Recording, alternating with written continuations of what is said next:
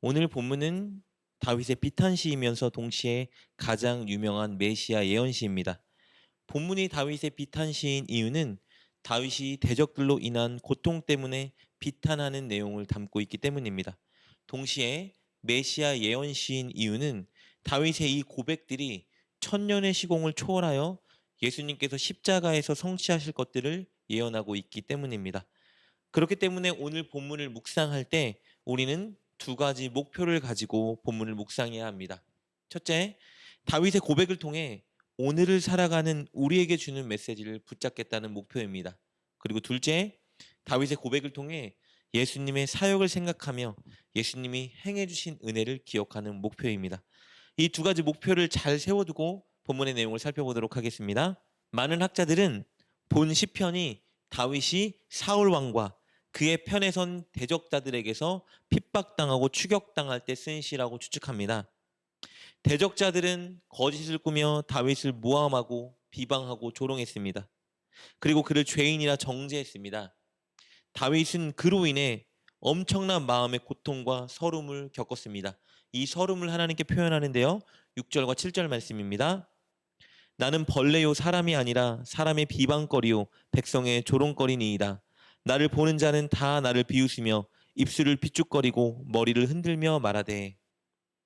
대적의 멸시와 조롱이 얼마나 심각했는지 다윗은 마치 자신이 벌레가 된 것 같다고 느꼈습니다.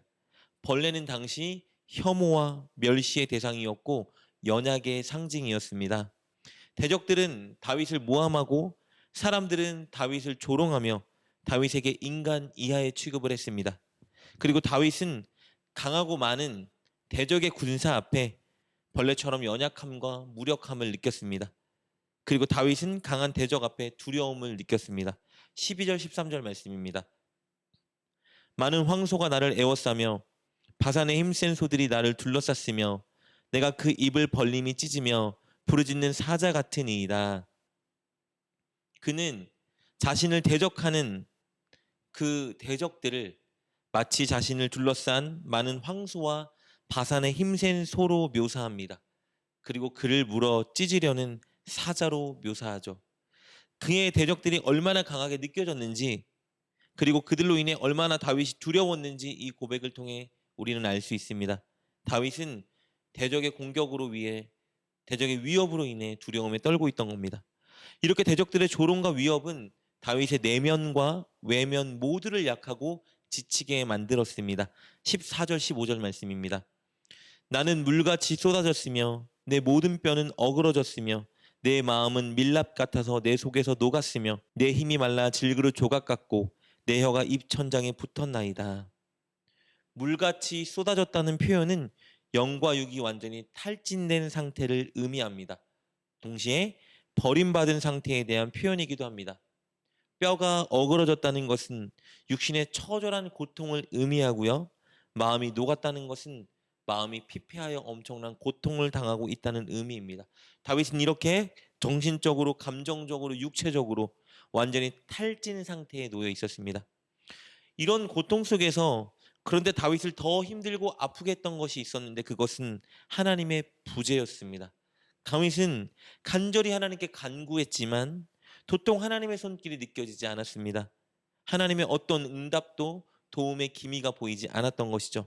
이 상황이 그를 가장 힘들게 만들었습니다. 1절, 2절 말씀입니다. 내 하나님이여 내 하나님이여 어찌 나를 버리셨나이까 어찌 나를 멀리하여 돕지 아니하오시며 내 신음소리를 듣지 아니하시니까 내 하나님이여 내가 낮에도 부르짖고 밤에도 잠잠하지 아니하오나 응답하지 아니하시니이다. 하나님의 부재가 얼마나 힘들었는지 그는 마치 하나님께서 자신을 버린 것처럼 느꼈습니다.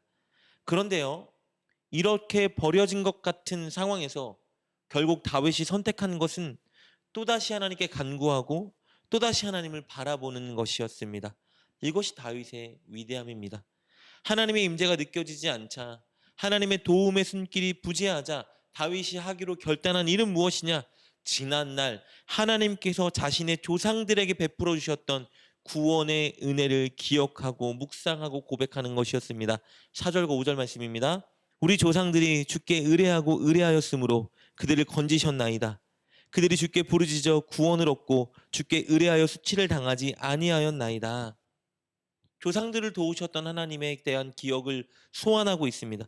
다윗은 왜 그의 조상들이 어려움에 빠져 있을 때 그들을 도와주셨던 하나님을 고백하고 있을까요? 하나님의 성품 때문입니다. 신실하고 성실하신 하나님께서 이전에 자신의 조상들을 도왔다면 지금도 여전히 자신을 도울 수 있다는 생각이 들었습니다. 그렇다면 조상들을 도우셨던 하나님을 고백하는 것은 하나님의 성품을 의지하는 것이고 그들을 도우셨듯이 지금도 나를 도와달라 간구하는 것입니다. 이렇게 조상에게 역사하셨던 하나님을 기억하며 고백한 다윗은 더 나아가 자신에게 베푸셨던 하나님의 은혜도 기억하고 고백하기 시작합니다. 9절 10절 말씀입니다. 오직 주께서 나를 모태에서 나오게 하시고 내 어머니의 젖을 먹을 때에 의지하게 하셨나이다. 내가 날 때부터 주께 맡긴 바 되었고 모태에서 나올 때부터 주는 나의 하나님이 되셨나이다.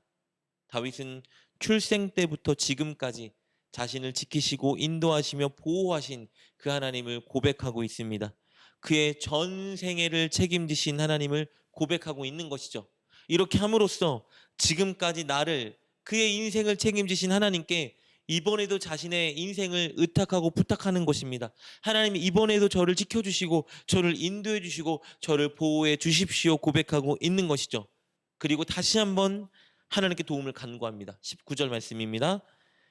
여호와여 멀리하지 마옵소서. 나의 힘이시여 속히 나를 도우소서.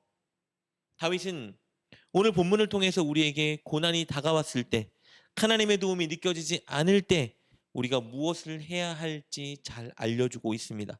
그것은 지난날 우리에게 베푸셨던 하나님의 은혜를 기억하는 것입니다. 그리고 지금까지 우리 인생을 책임지시고 인도하신 하나님의 은혜를 기억하는 것입니다. 그 은혜를 기억하면서 그 은혜를 고백하면서 신실하신 하나님께서 오늘도 이번에도 반드시 나를 도와줄 것을 기대하고 간구해야 하는 것입니다. 여러분, 지난날의 은혜를 기억하고 노래하십시오. 하나님께서 우리에게 반드시 앞으로에 대한 소망을 주실 것입니다. 그리고 무엇보다 우리가 기억하고 바라보아야 할 최고의 것이 있습니다. 그것은 바로 예수님의 은혜입니다. 오늘 본문에 다윗이 대적들에게 고난과 핍박을 받고 하나님께 버림받은 것처럼 느껴져서 이 외로움과 도움을 간절히 호소하는 모습은 예수님께서 저와 여러분을 위해 십자가에 달리실 때 절규하고 호소하셨던 외침입니다. 오늘 본문에서 이 다윗의 절규는 천년 후 예수님께서 우리를 구원하기 위해 십자가에서 지른 절규입니다. 예수님은 저와 여러분을 구원하기 위해서 대적들에게 조롱과 모욕을 당하셨고 내적으로 외적으로 우리가 상상할 수 없는 엄청난 고난을 당하셨습니다. 우리의 죄를 짊어지고 처형당하셔야 했기 때문에 처음으로 삼위일체 하나님과의 관계가 단절된 것 같은 외로움을 겪기도 했습니다. 예수님이 당하신 그 고난이 그래서 우리에게 부어주신 그 은혜가 오늘도 여전히 우리에게 흐르고 있습니다. 우리를 향한 예수님의 그 사랑이 하나님이 우리를 반드시 도우신다는 가장 확실한 증거입니다. 사랑하는 여러분, 혹시 지금 어려움과 고난 속에 있다면 반드시 기억하십시오. 하나님이 여러분을 도우시고 반드시 여러분에게 은혜를 베풀어 주실 것입니다. 그것을 위해 오늘까지 여러분을 인도하신 하나님의 은혜를 기억하고 예수님의 십자가 은혜를 기억하고 고백하며 바라봅시다. 그리고 신실하신 하나님께서 신실하게 끝까지 도와주실 것을 기대하고 간구하십시오. 반드시 신실하게 베풀어주는 하나님의 은혜를 경험하게 될 것입니다. 기도하겠습니다. 하나님, 고난 속에서 아픔 속에서 늘 하나님의 은혜를 바라보게 하여 주옵소서. 지난날 우리에게 베풀어 주신 그 은혜, 그리고 오늘까지 우리를 인도하신 그 은혜, 그리고 예수님의 십자가 은혜를 바라보며 오늘도 하나님께 포기하지 않고 간구하게 하여 주옵소서. 예수님의 이름으로 기도드립니다. 아멘. 오늘 말씀을 통해 깨닫고 결단한 것은 무엇입니까? 그것을 붙들고 하나님께 기도합시다. 그리고 그렇게 실천하며 하루를 살아가는 여러분 되시길 주님의 이름으로 축복합니다.